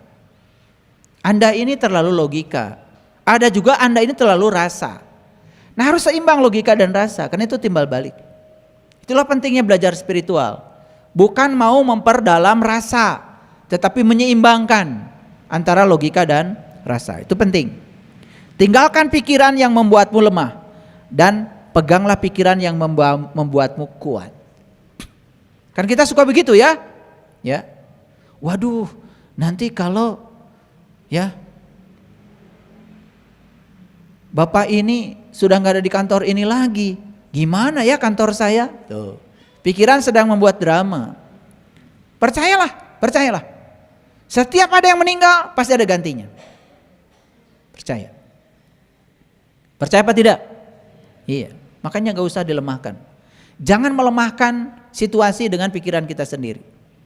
Makanya sekarang belajar selalu menguatkan pikiran. Jangan melemahkannya. Jangan diizinkan dia melemahkan. Kuatkan. Kan suka begitu. Betul? Wah, kalau saya nanti meninggal, gimana ya anak-anak saya? Langsung tuh dijawab sama semesta. Badai maut mah maut we. Nah, di pikiran teuing. Betul? Iya, karena semesta sudah punya banyak tangan kok. Kamu tidak ada ya sudah ada. Nabi Muhammad ayahnya meninggal saat beliau di kandungan. Begitu beliau meninggal, begitu beliau lahir, ibunya meninggal. Beliau besar. Betul? Itu.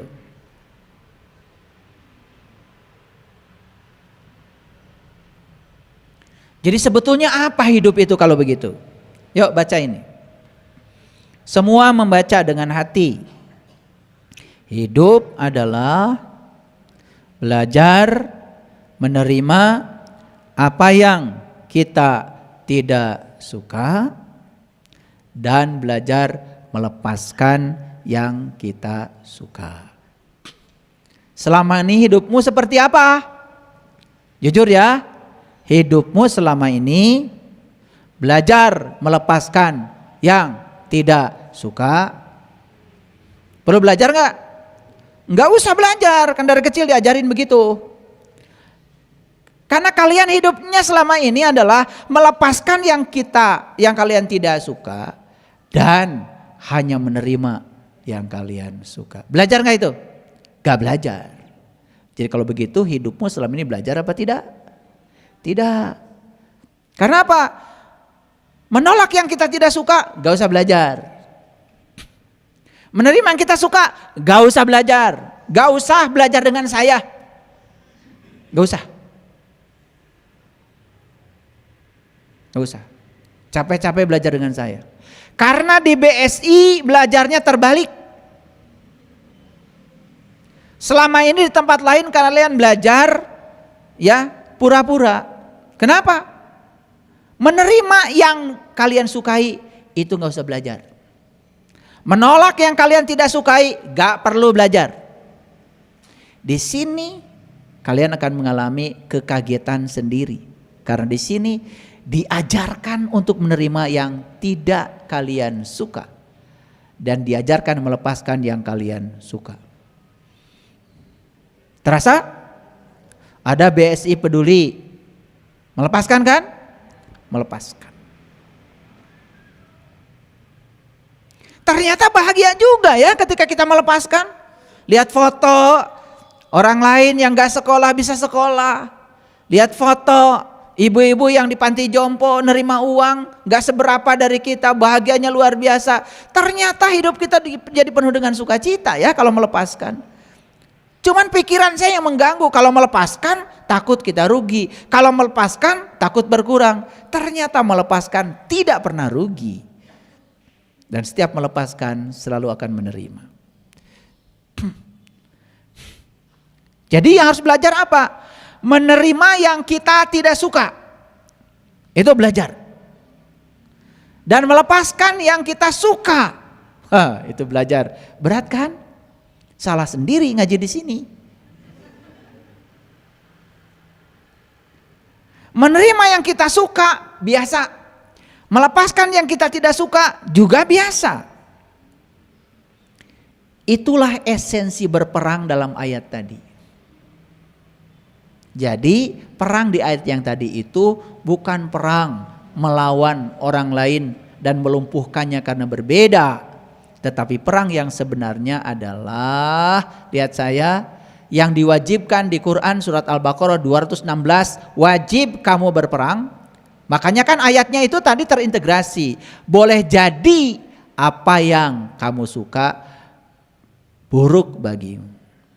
Boleh jadi apa yang kamu tidak suka baik bagimu.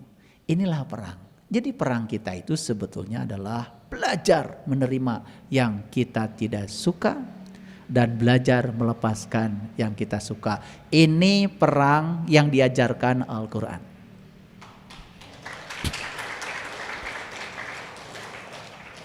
Saya sampai hari ini, mohon maaf, tidak percaya kalau ada perang suci.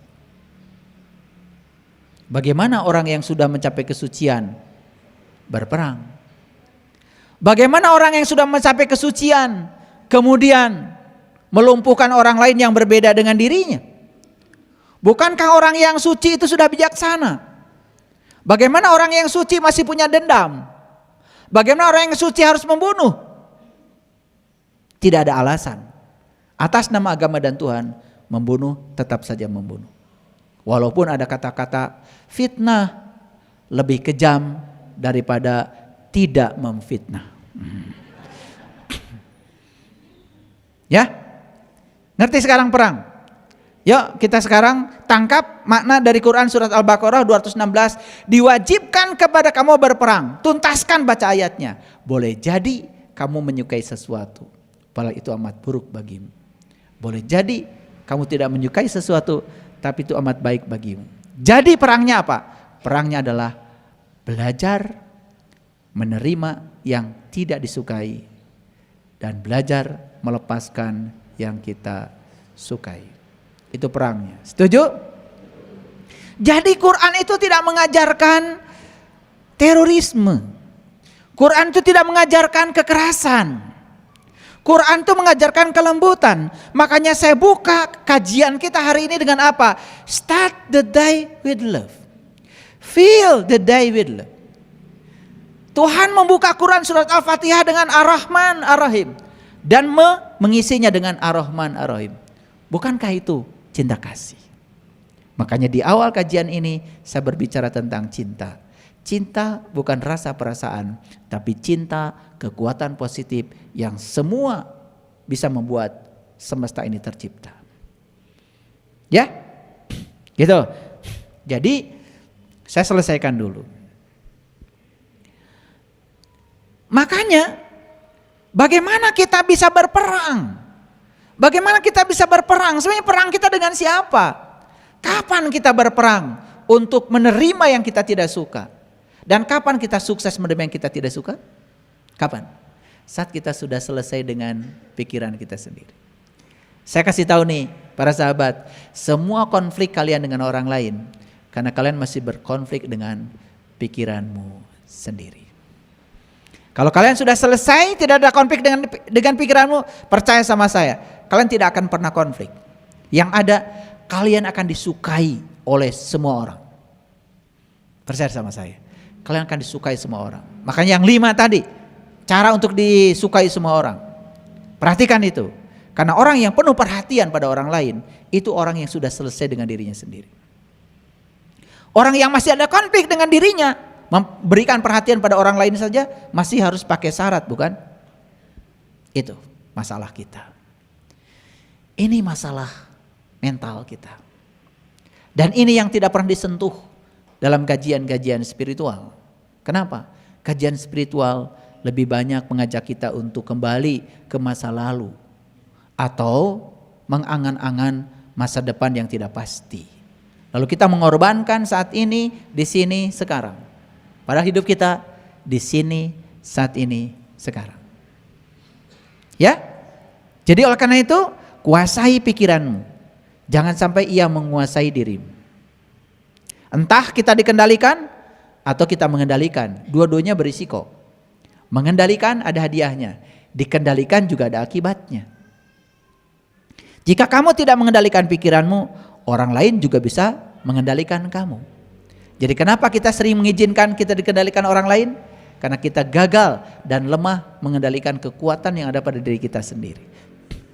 Menjadi sadar berarti mengendalikan diri sendiri. Itulah pelajaran kesadaran dari saya. Karena puncaknya adalah belajar untuk menemukan majikan kita yang sebenarnya, yaitu kesadaran. Jangan biarkan pikiran menjadi majikan, karena dia sangat berbahaya. Pikiran yang terganggu hanya dapat dikendalikan oleh pikiran yang positif. Jika kamu bisa mengendalikan pikiranmu, kamu bisa mengendalikan apapun. Jadi kita ingin mengendalikan apapun, satu kuncinya, kendalikanlah pikiran. Kita bisa mengendalikan apapun. Setelah kita menguasai pikiran kita, maka kita akan menjadi orang yang luar biasa. Kita bukan lagi orang biasa. Mau jadi orang luar biasa? Kendalikan pikiranmu. Begitu kau sukses mengendalikan pikiranmu, hari ini pun kau akan menjadi orang yang luar biasa, bukan orang biasa lagi. Pikiran memberikan hasil yang diinginkan hanya jika stabil dan seimbang. Ya, itulah pentingnya. Sampai kita mengendalikan pikiran kita sendiri, kita tidak menjalani kehidupan kita sendiri. Kita akan baru bisa menjalani kehidupan kita sendiri tepat saat kita sudah bisa mengendalikan pikiran. Selama ini kita dikendalikan oleh siapa? Jangan-jangan kita dikendalikan oleh orang lain. Karena apa? Karena kita gagal mengendalikan pikiran kita sendiri. Pengendalian pikiran adalah tentang menyaring setiap informasi sebelum memasuki otak kita. Kita tidak perlu mengendalikan pikiran. Kita hanya perlu mengalir dengan alam semesta. Nah itulah ketika kita mengalir dengan alam semesta, percayalah setiap alam menyampaikan pesan cinta kepada kita, kesadaran kita akan muncul tanpa kita berupaya mengendalikan pikiran. Ya, kemarahan dapat memberikan energi pada pikiran, tetapi hanya jika itu dimanfaatkan dan dikendalikan. Jadi hati-hati dengan amarah. Nanti ada episode sendiri saya mau bicara tentang amarah. Karena hari ini saya tidak akan mungkin, ini harus berkelanjutan. Karena dari sini nanti kalau ketidaksukaan ini terus menerus kita kembangkan, munculnya nanti jadi amarah. Dan amarah itu energi. Maaf kalau hari ini saya belum bisa menuntaskan bagaimana mengubah amarah menjadi cinta. Belum sampai ke situ. Karena ini baru slide yang ke berapa nih? Oh, ke-14. Saya tadi pagi itu bikin slide berapa? Saya juga nggak sadar. Oh, 27. Ya, jadi saya kalau udah ngetik itu jalan aja. Tahu-tahu udah 27. Saya baru buat tadi pagi.